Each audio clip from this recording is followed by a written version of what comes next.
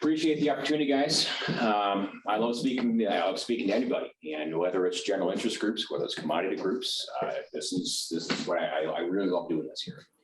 As far as my name, Rich Nelson, I'm a Chief Strategist with Allendale. Allendale, of course, was founded by George here, and certainly I appreciate the many years of service they've given me and I've given them. I've been with Allendale for 25 years, straight out of school. I have not left. So, that makes you look really old. Yeah, I was thinking about that on the way over, Rich. It's like, it's probably more than 20. It has been a long time. Makes Rich really old. That's another thing. So I've been fortunate to be with Allendale from they had the early phase and then the mid and current phase as well. And hopefully we can provide some answers maybe on some of these questions we have right now with these with this commodity issue here. As far as might have a little, let's see how far. Nope. Do you want to push this? Are we dead? We might be. You can.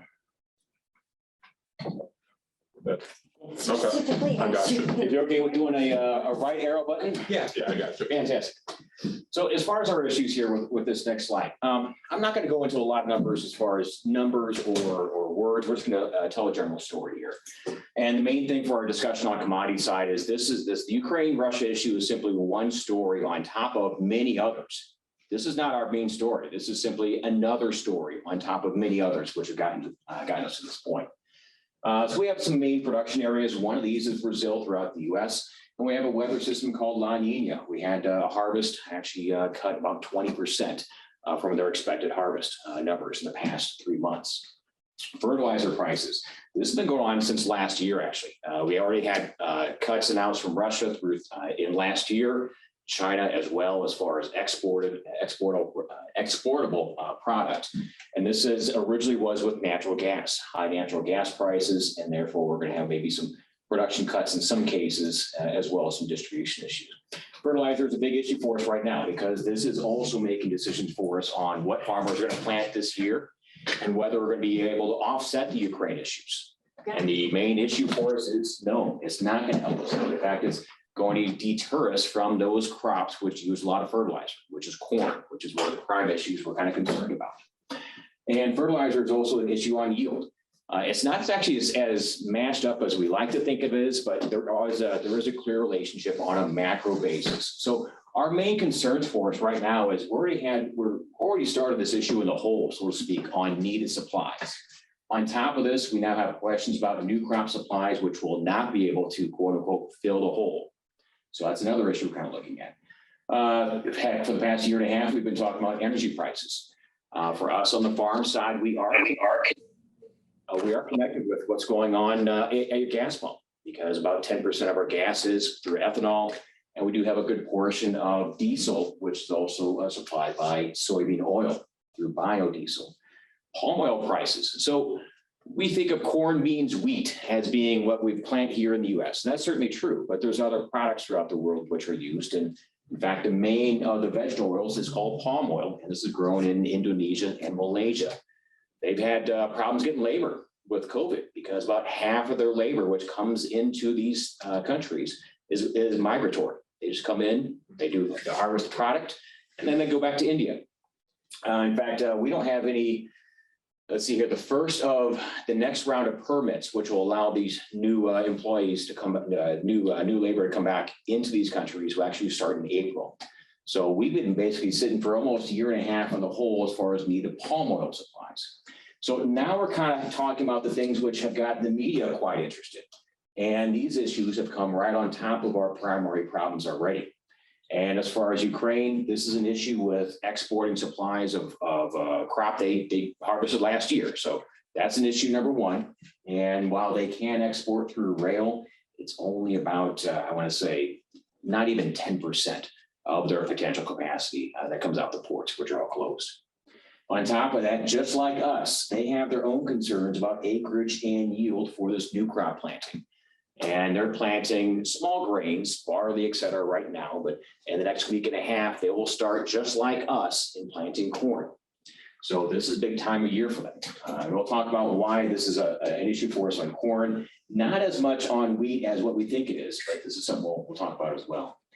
And this is also a Ukraine plus a US issue. This is kind of a newer issue in just the past few weeks. We've had our concerns about various issues on planting due to our high fertilizer cost. We already have concerns about fertilizer hitting yield. On top of that, we now have weather agencies which are saying we are going to have some problems with weather in the Midwest this summer. And this is not private forecasters. This is our government forecasters as well. And kind of newer as well. Well, let's throw some more stuff on the pot.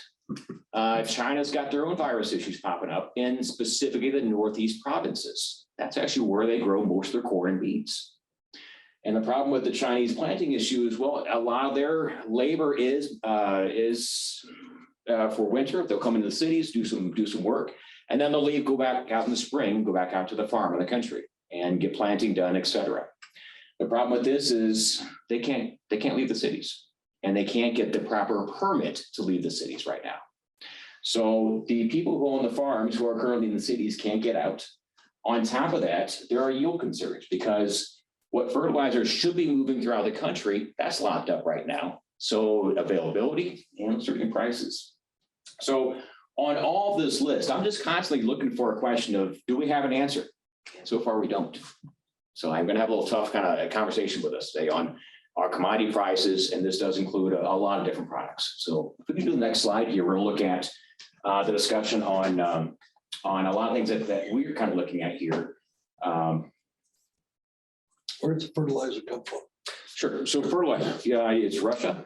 You got Ukraine, Belarus, and Ukraine or Belarus and Russia are more or less in league right now. And they both have export restrictions. You're looking at China, and you do have some fertilizer in other locations as well. But the main area is outside the free market. You know, if you got Canada, we have some fertilizer up there, a moderate amount here in the US, but beyond that, Canada and the US, all of our other fertilizer that the world uses, for the most part, about 60% comes from countries which have enacted bans or export limits. So This affects agriculture and livestock. yes.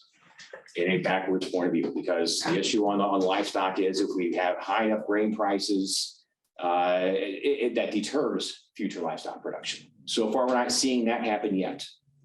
But there are other reasons why we're going to have high livestock prices and high meat prices for pretty much the next 2 years. And certainly for the beef, the next 3 years. And it affects the ethanol too, because without the fertilizer, you can't grow the corn.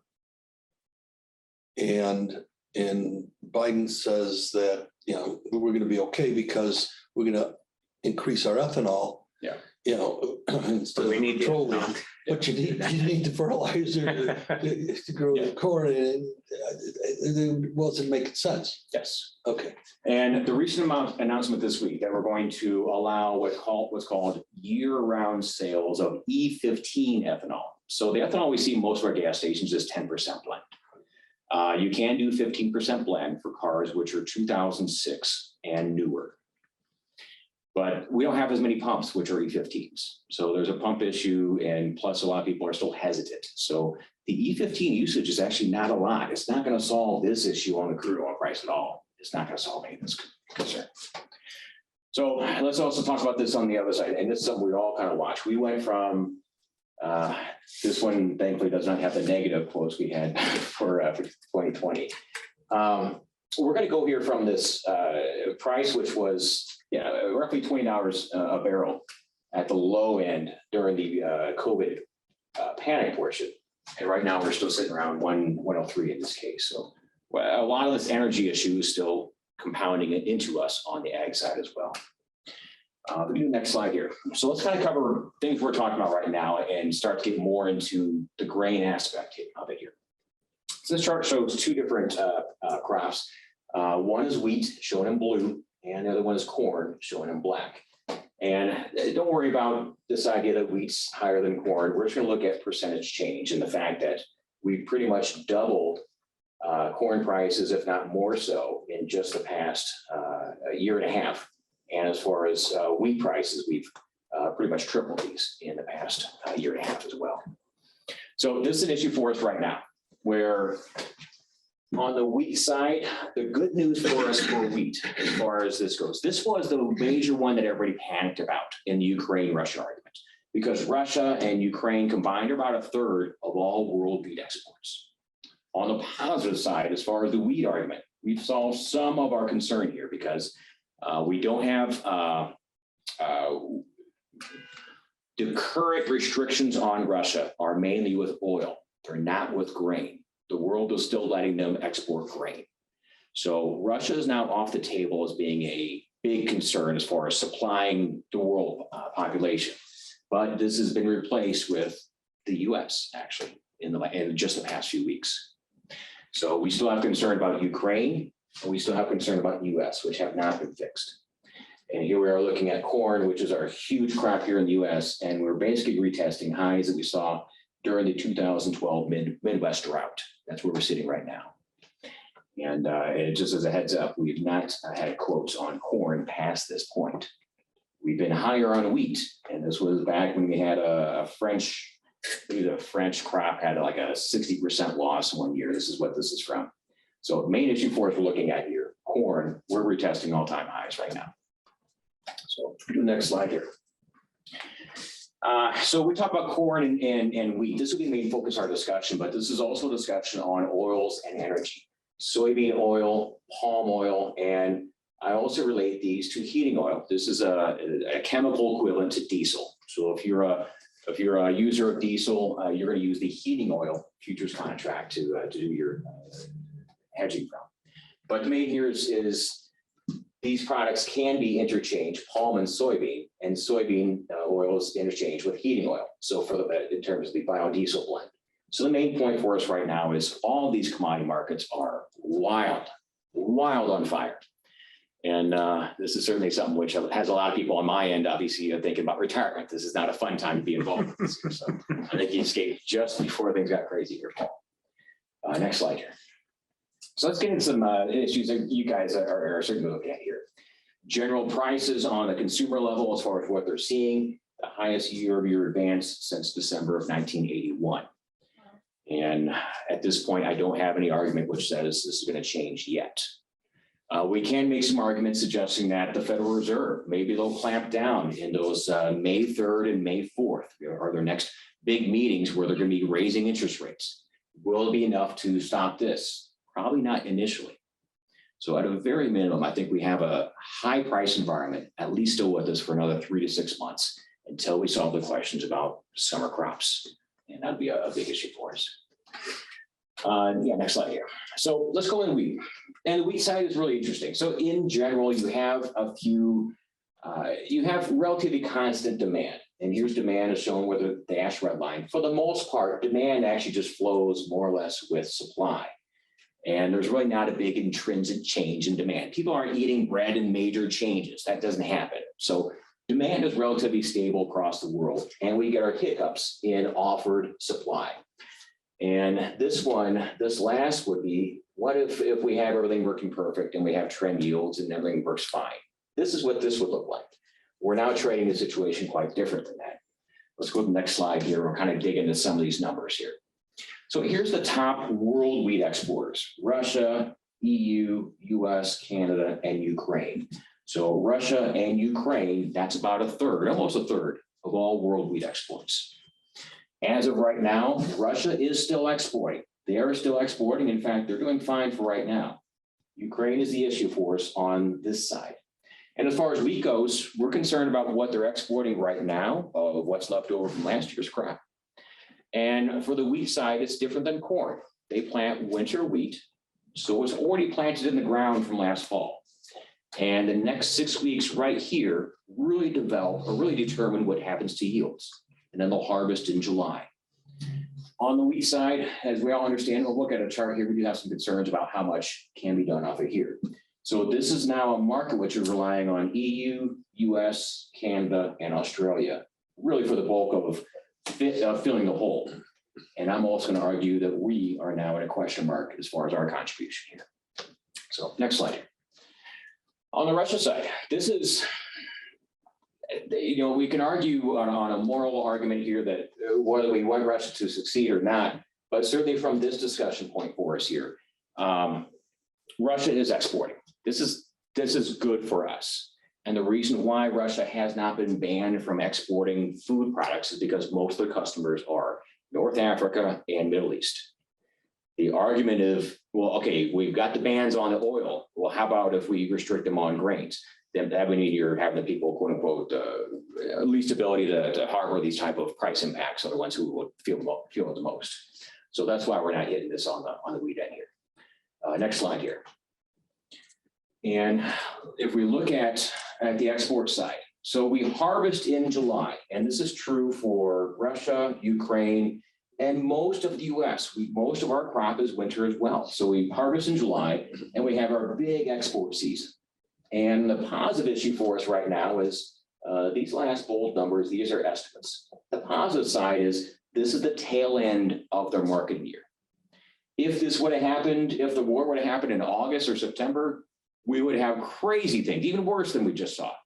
The positive side is we're in the tail end of their seasonal marketing year. Next slide here. But Ukraine is the big question for us. So as far as Ukraine, we have our arguments that, okay, so Russia's now on the eastern quarter, as well as reaching into the south. This is their goal. And this does reach into some winter wheat areas. So farmers right now are saying, we've got the warmth coming now for the sunshine. The crop is now re-emerging from winter dormancy. I need to go out and run my tractor on the field one time at least and put something on that field. Let's do a little shot of spring fertilizer at least. So in these areas, there's questions about getting in the field. But for all these producers, there's questions about, do you have the fuel? Is that nearby? Can you afford the fuel? Do you have the fertilizer on hand? Can your local supplier get that fertilizer? What's the price for that fertilizer? Labor is another issue here. So most farmers are still on the farm. They haven't left, but maybe their son or maybe their uncle or their hired man has left. Maybe that's an issue too. So labor is another question for us. So as it stands right now, the general discussion is perhaps anywhere from about a 35 to 55% cut in this year's harvest, which is coming in July. And that's the big question. We just frankly have no idea. The crop is there. We don't know if we'll be able to harvest all of it, harvest it on time, because once it's on time in July, you have about a 2.5 week period where you really want to get that out of the fields. Otherwise, if you have a few extra rains, you can reduce the quality of that wheat harvest. So things are still touchy on the wheat. Next slide here. Now, we said we've got this hole from Ukraine, and we got to fill it. The U.S. has to fill it. This is a report, comes out each week. This is called the Drought Monitor. And this is a map of basically like 3 to 9 month long-term rainfall. 3 to 9 month long-term rainfall amounts. As far as wheat, here in the US, we have wheat from Texas up through Nebraska for what we call hard red, which is the bulk of what they grow as well. We have a small portion of what we call soft red wheat grown right around here in the Ohio River Valley. They're doing fine. But if you notice all this red and brown, this is pretty tough stuff for us in hard red winter wheat territory. So we're coming into, or I should say we're emerging from our winter dormancy, and we're saying, oh, let's start our growth phase, and we've got very dry soil. As far as the forecast, here's the forecast, and this is from the government. This is NOAA and Climate Prediction Center. Temperatures for April, May, June above normal, pretty much lined up for the entire area. As far as the precip outlook, up through here, Texas up through Nebraska, same type of story. So our arguments right now is, okay, we've taken Russia off the table, but we pretty much just put the US back in their place for the table of concern, so to speak. Next slide. And let's see a demonstration of what this looks like as far as the crop. We have some weekly ratings numbers that our government gives us. And we go from fall rating numbers, and we go to winter dormancy where they don't report anything. And then they restart in the spring. Here's our two numbers we have now as of Monday and then last Monday. 32% good to excellent. For this specific week, 32%, there's only 4 other years since 1986 with lower ratings. So our wheat crop is coming out of dormancy and it's looking terrible. It's looking really terrible. And we want some rains right now. And we don't really have those rains in the current forecast. So issue as far as winter wheat on the hard red side, this is a composite of soft red plus that very terrible looking hard red. Let's do the next slide here. And let's talk about impacts. So winter wheat ratings and final yields when they're harvested in July. It's not a great relationship. We've seen ugly scatter graphs like this, but the bottom line is if you're at 32%, you're already starting at penciling out like a 5 or 10% yield cut for this year. And the next slide. And that's hard red. Well, how about this other crop we talked about that we plant? So we have the hard red, we've got soft red, but then up here we have one unique kind of grouping of wheat called spring wheat or other spring wheat. And it's grown pretty much right in North Dakota. 80% of our spring wheat is a spring planted crop, which is planting right now. That's in North Dakota. They just saw a 12 to 34-inch snow in the past 3 days in North Dakota. 12 to 30, yeah, it's unbelievable. So as far as the wheat story, well, what have we done to the wheat story? We're set. It's okay to have planting delays in early April, but really, if this is not fixed by the 3rd or 4th week, this is when it does have some type of yield impact.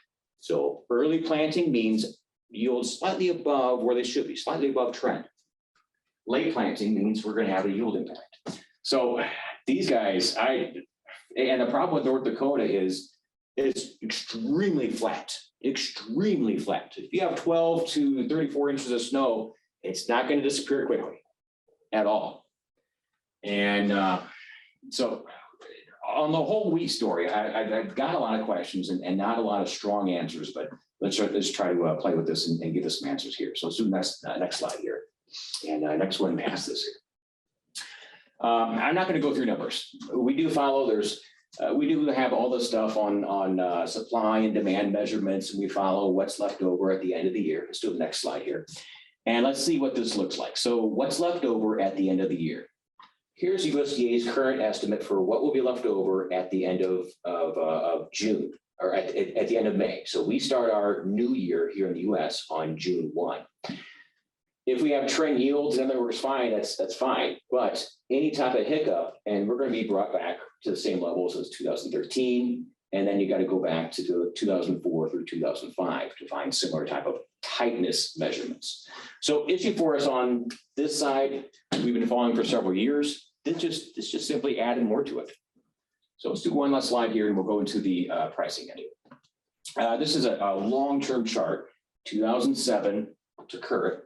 For in this case, this is called Kansas City wheat. This is that hard red wheat. This is the wheat contract which has that terrible condition rating right now. So we've rallied up. We had our big spike in early March. We dropped off as we realized that Russia was not a problem, and now we're back up because the U.S. is now a problem. The U.S. has now replaced it. So as far as price projections, what can we expect here? I can see this market basically staying in this 1225 to about 1150 range. So roughly about a 75% range for really the next 3 months until we figure out how this US crop is going to look. Positive side for wheat is this is the one which is quickest to plant as far as the rotation of the crop cycle. So on the positive side, we're going to plant in October for winter wheat. We're going to get through this summer. We're going to have high prices. A positive side is wheat is very cheap to plant. Doesn't cost a lot at all. And number two, starting in October, and these guys, when you're looking at these prices they just saw for the past 6 months. So around the world, you will have a good increase in planting. And we will solve a lot of these problems by this coming next summer at the next harvest. So this is not going to last forever. That's the positive side for this wheat story. Even if the Ukraine issue lasts for several months, we've got most of the risk priced in, but we're going to stay at this general price level for probably at least another 3 to 6 weeks or 3 to 6 months. That's my kind of goal right here. Corn side. So corn is king. Corn is the U.S. crop, and corn is the world's grain crop. This is it right here. As far as U.S., we're not the well. historically, we have been almost about 50% production. We do have a few other countries which have added to this quite a bit here recently. In terms of, let's just do the next slide here. In terms of exporters, if we look at our main ones, US, Brazil, Argentina, Ukraine here in blue. Ukraine is the number 4 on the list for exporters. So we do have, in this case, a restriction of about 15 to 20% of world corn exports right now, 15 to 20%. So if we didn't have a US story, this would be a market where, okay, we're done. We've got Ukraine figured out, and now we can slowly tail down and wait for Ukraine to finally be solved. In this case, though, we've kind of added the US to this picture as well, who is the number 1 exporter in the world. So right now, this is a number 1 and a number 4 exporter in the world concern. Next slide. And as far as Ukraine, so they've actually had a great crop. They had a great crop that they harvested in fall of 2021. And they should be exporting about this level here, about 34, 33 million tons. Our government has cut them by about 10 million tons. There's probably another 5 at least left before our government finally gets these numbers relatively right. So as far as the Ukraine issue, this is not going to get solved. If we can go to the next slide, I want you to see where production goes. The positive side for the corn story, different than wheat, is most of our corn in Ukraine is not in the areas of current conflict, at least. And they plant just like us, mid-April through May. So on the positive side, we don't, in most cases, have tanks on the fields where we're going to plant corn. Okay, that's a good story. We still have fuel concerns. We still have input concerns. We still have labor concerns. And on top of that, the issue is not just planting. It's just not running a tractor on the ground once or twice to get planted. It's you got to apply fertilizer or herbicide throughout the season as well. So still a concern here for us. Do they have access to the ports? No. Well, they do have access to one on what, if you can go back, let's see here, one of the rivers, actually go back to that map. One of these rivers, it might be this one, does have 2 export terminals. And it's actually on the river right here. So all this stuff is closed, but they do have access to one, I believe, in that location there. Next slide. So let's talk about the US, because in our view, the Ukraine story is kind of solved now. We know we're not going to export at least until October. Even if Russia walks away now, damage to the ports is going to take several months to fix. So at least until October, they're done exporting. And the market's also pricing this idea, just like wheat. Are we cutting 35 to 55%? That's a big question. So as far as planting, this is now the focus for the market, US. Let's go next slide. And just like our story with that winter wheat discussion, now let's look over here at the Midwest. So here's Ohio to Nebraska and North Dakota. This area right here is corn area. And we're starting our spring with a few states.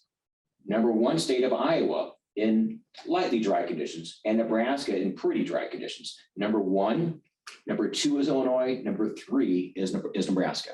So number 1 and number 3 are concerns.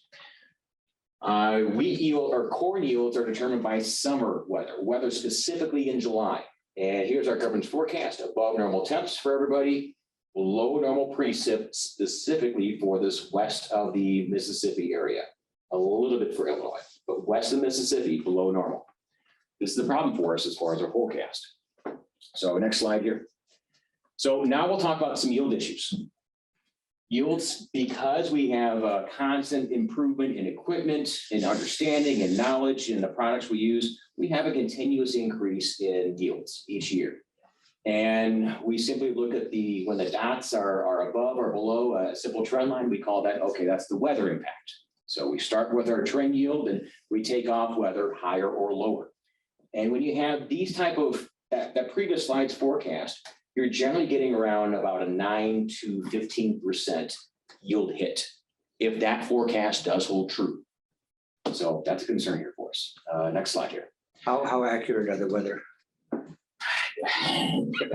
How accurate are weather I know what forecasts? it's like when I watch the weather, and that's not very promising, but The 1, 2, 3, 5 day stuff, yeah, I think that pops up and down quite a bit as far as accuracy.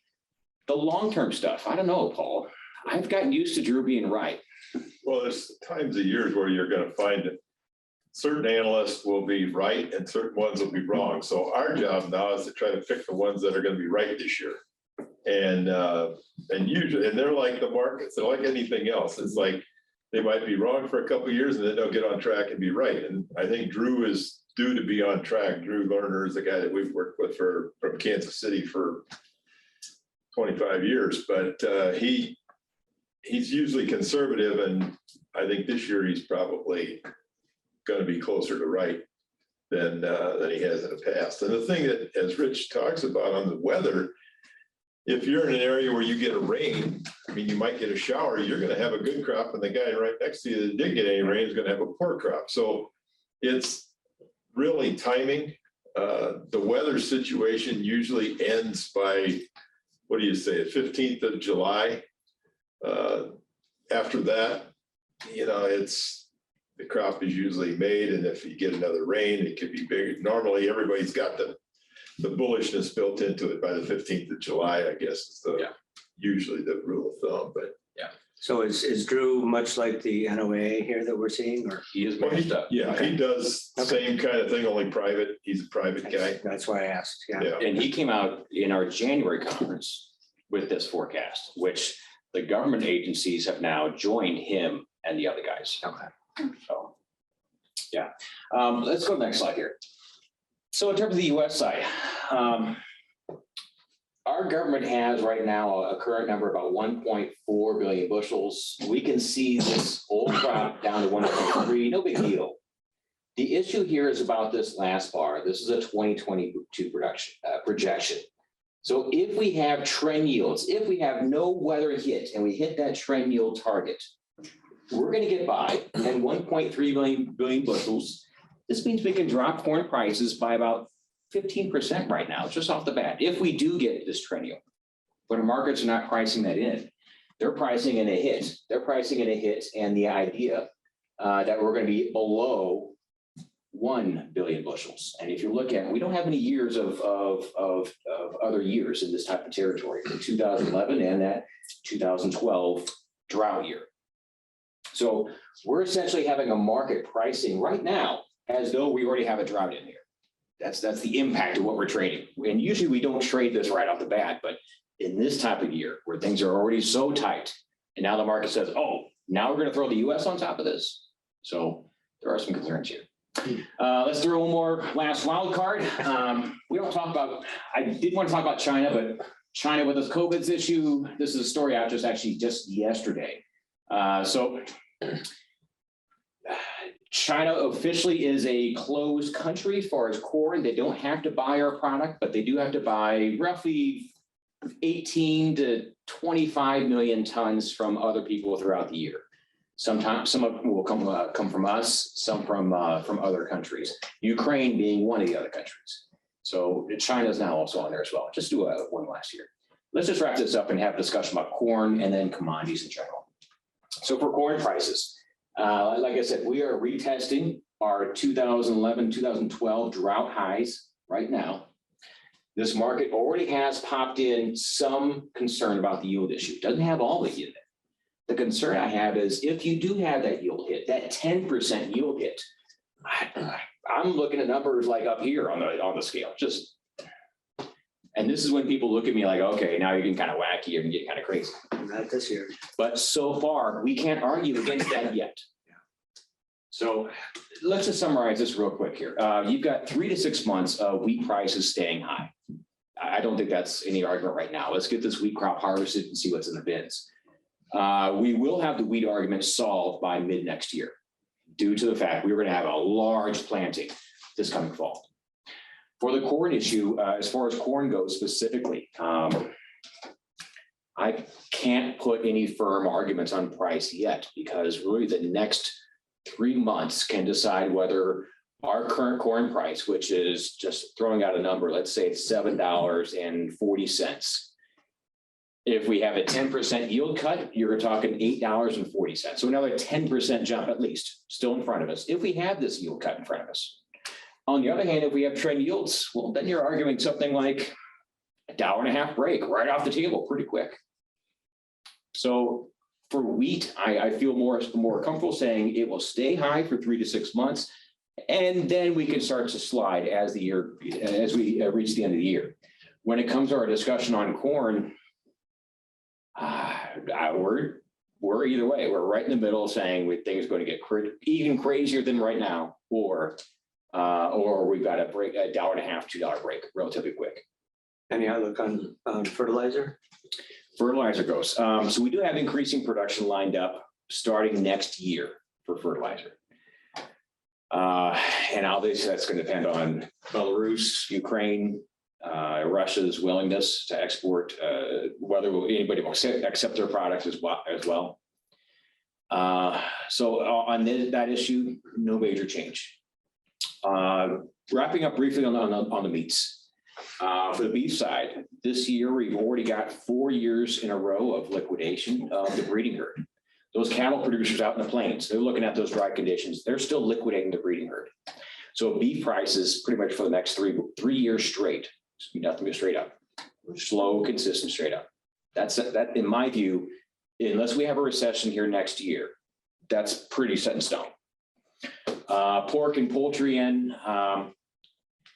they still have profit incentive. They have high prices, even with this current corn. They have profit incentive, but on both beef or pork and chicken, they have restraints on production right now. The chicken side has some issues with the breeding herd. The hog side has issues with some hog diseases, which are still going on right now in the country. So bottom line for us on the commodity side, I don't have any big positive change for the pricing side really until next year for a lot of these products. And if there's a recession? That's a good hit.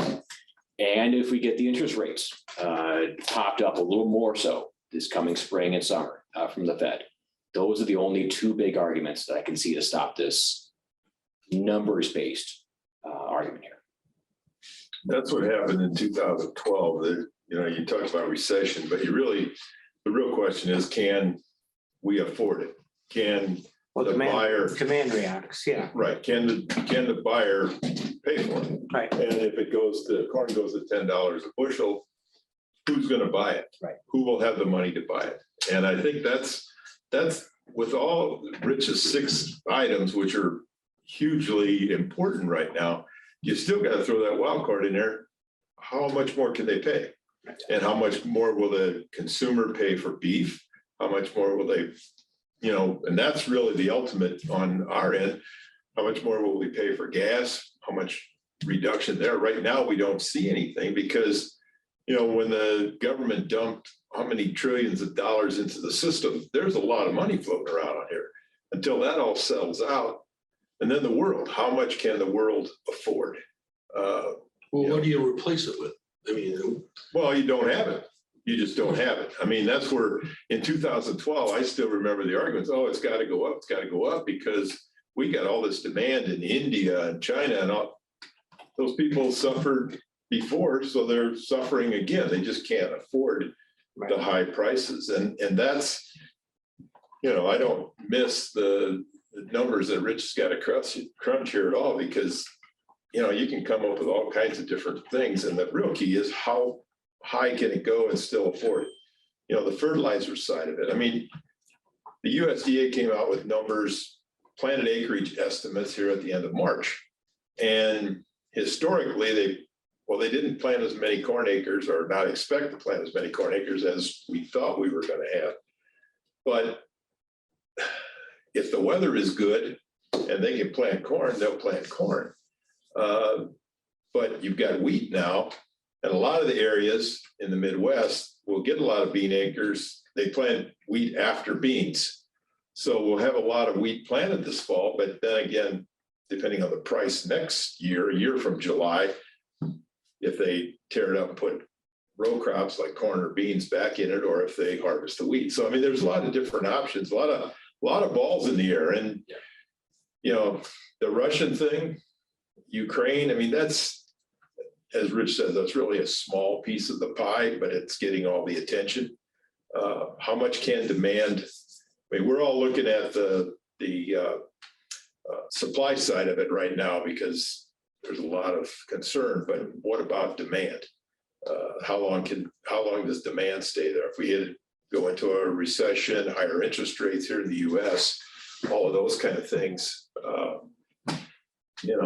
and farmers have a way of getting production out of their land. They're good husbandry people. So the real problem in the US is where the fertilizer is. We don't have fertilizer in Minnesota. They can't get it there. All of that costs, energy costs, more fuel costs to get it shipped up there. So there's a big concern, but right now, as Rich says, man, there's no need to step in front of the freight train at this point, thinking that prices are going to go down right now. With inflation and our dollar being worth less each time, then obviously other countries who their currency isn't experiencing that will be able to afford what we can't. Right. Do we expect exports to increase and our supply to drop because of that? I would assume that's, if you're a farmer, you want to be able to sell this stuff. We haven't pushed the US dollar enough.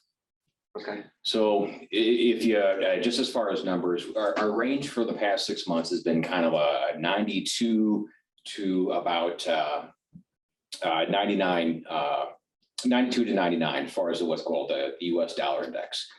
The problem is, even if you're looking at a 10% change in that over a 6-month time, it's not enough yet to address the fact that we're making 20% changes in price or 30% changes in price.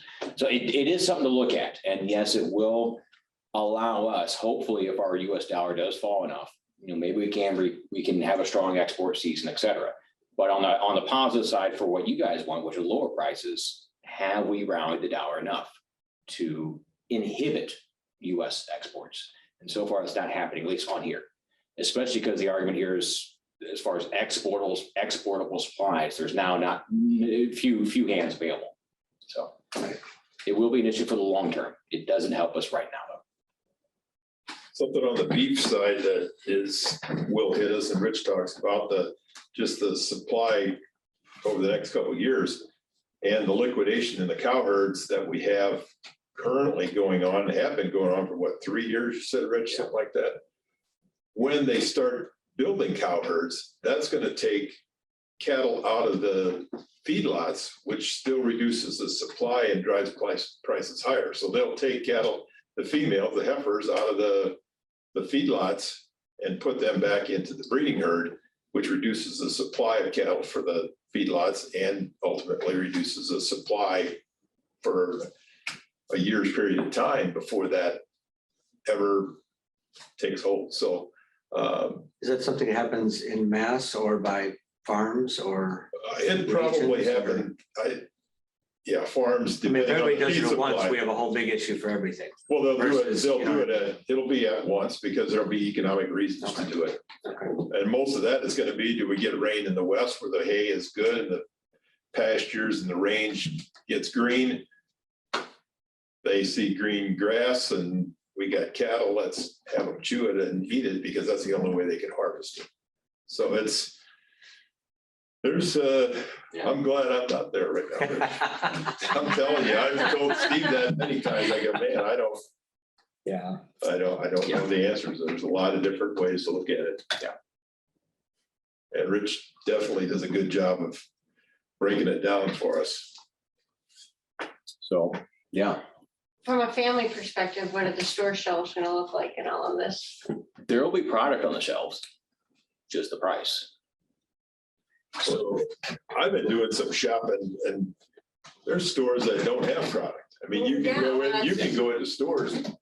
I haven't been able to buy noodles or bread for like weeks. Yeah, I mean, you may not have the same name that you might not be able to buy the brand name that you wanted. Yeah. There'll probably be noodles there. Right. Yeah. I mean, that's what I'm seeing. Maryland sends me to town, go get this. Yeah. There isn't Not any there. there. Yeah, we've talked about the pantry buying maybe 2 semi-loads of what we can now. Yeah. Knowing that if we just store it, at least it'll be there. And at the very least, we'll save money because It'll be more expensive 6 months from now than it will be today. Yeah. Then you have a shelf life too. Yeah, but most products are 6 to 9 months at the very least, so that helps us. And that, Vegetables are like hoarding 3 to 5 and years. hoarding is another reason to drive things up. So I mean, are we, Yeah, is everybody doing that? I don't know. well, I'm referring to a food pantry. That's a little bit Yeah. different than a Right, house, so. yeah, but But yeah, families are doing it. well, Sure. Of course that's they are. right. So I mean, that's causing some of the problems that we've got right now as well at the grocery store. But I mean, the supply that we look at the grocery stores are not, you don't have all the companies with the brand names that we're used to. That's, We used to have an issue we did for a while with I think it was just dairy, and restaurants had it, but we didn't, or vice versa. I can't remember which, because of the supply. I think it was packaging, wasn't it? Was it a few years ago? I can't remember what top of my head. Just in that, it was an issue, and so you go to the store and I think you could get it at the store, but you went to a restaurant, they weren't offering it, that kind of thing. yeah. So it was tomatoes there for a while. Maybe, yeah, sometimes it's packaging, sometimes it's other stuff Yeah. that affects along the way, and obviously energy prices, gas, diesel, getting it from here to there. That's why I asked what And the that's the port is. problem that Yeah. we're seeing with the energy prices that's impacting everything that we Yeah. consume. I mean, Even if you had plenty to plant and plenty to harvest, you still gotta pay the gas to get it to market. and labor is a big thing in agriculture right now that's continuing to drive prices up. I mean, packing plants can't harvest cattle at the same amount or same rate as normal because they don't have the labor to do it. Especially Does the these border- truck farms does the in border- California have got problems as well. Immigrants on the border have anything to do with the labor? In this case, not too much. Most of the labor in these cities or in these towns in the plain states, most of it is stable. It's not seasonal like on the vegetable side. So in this case, most of it is stable. The concern there is just getting non-college educated labor, first of all, as a first starting argument. And then we throw in all the other stuff in the past 2 years, which is throwing a whole bunch of stuff in that whole question. So. How are supermarkets and the big chains adapting? You mentioned, you're not gonna see your brand name, that kind of stuff.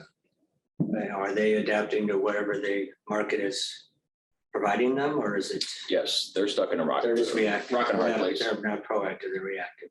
They're talking about now, if they have, space on the shelves, they'll just put up a display in front of that empty space to make it look like it's a full shelf. Yeah. With something in front of it. So, There's no cans behind the first row, that kind of thing. Yeah, And there's a lot of that sure. today. I was just in Yeah. Jewel a while ago and looking for a certain item and there's one can and that's it, nothing behind it. Yeah. And, so they're dealing with it. I think, to talk about your question there, Bill, is the picking up food from these stores for the food pantry, the food rescue thing. I see just recently, in the last probably month and a half, they finally seem to have their buying in order where they're not pushing so much out the Right. back door Right. that we get a lot less, and I'm saying, from these stores than we used to get, Mhm. because evidently they're getting their ordering. They're more under efficient control, at it probably. Yeah. Yeah. getting better at it, so. Okay. But it's still, well, I would assume if you're a store owner, it's affecting your profits, everything else. Yeah, Restaurants at the other end too.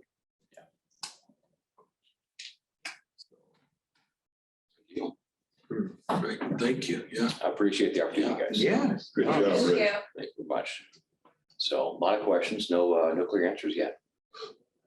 Yeah, it's a lot of when you got 6 major items that are impacting us, Oh, yeah. normally we used to have 2 or 3 at a time. You keep somewhat of a handle, do some guessing and get an idea, but now it seems like every corner you go around, there's another big hurdle. Yeah, and what do you see in the future? Is China gonna throw something else onto this?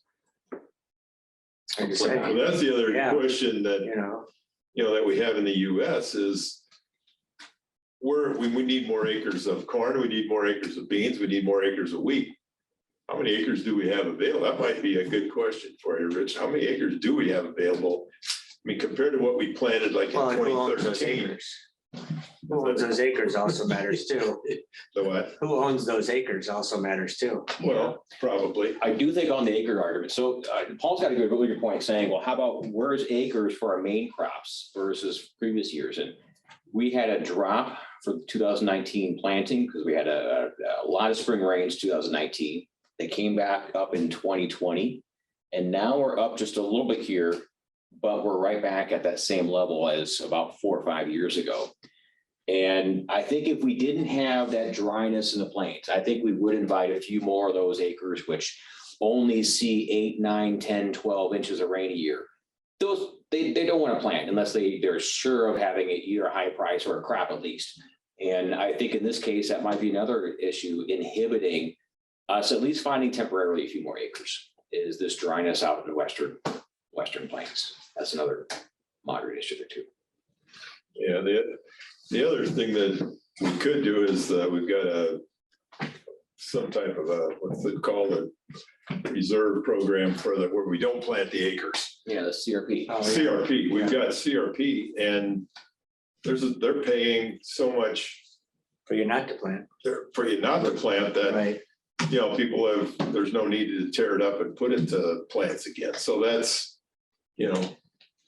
there's things that can be done to put a stop to it, but I don't know if the current administration will do that because they're liking the conservation and things like that. So, Yeah.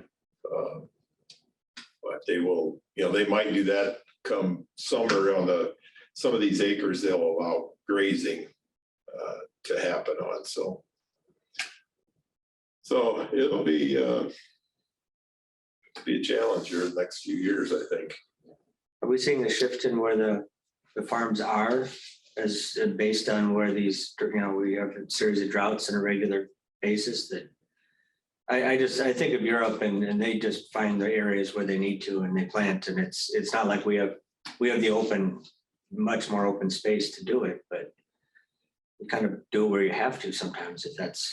We pretty much have our US farmland is kind of set in stone as far as why we plant things where they are, mainly because we get coming from the Gulf, we have about 50 inches of rain annually, too much. Kentucky, you're at about 40 or so.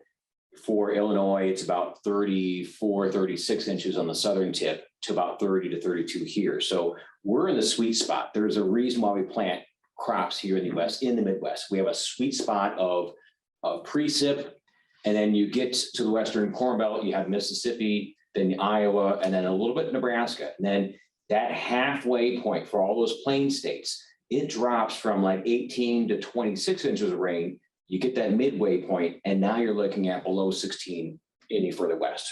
So we can have acres which are currently in grass or currently in something relatively non-productive. They can officially move over, but in this year where they're starting from a hole on the moisture side. Yeah. Nebraska is a state, though, when we look at that, you don't worry about drought too much because they make their own water out there. They irrigate. So, but as Rich has said, Nebraska can really determine a corn crop, the total size of the corn crop, because the dry land, the irrigator doesn't get the whole 160 acres. It just goes in the circle. He can't get the ends of it. So those dry ends are where the big determination comes. If you can produce as much on the dry land as you can on the irrigated, that's when they have a huge crop, and we usually have a huge corn crop. Yeah.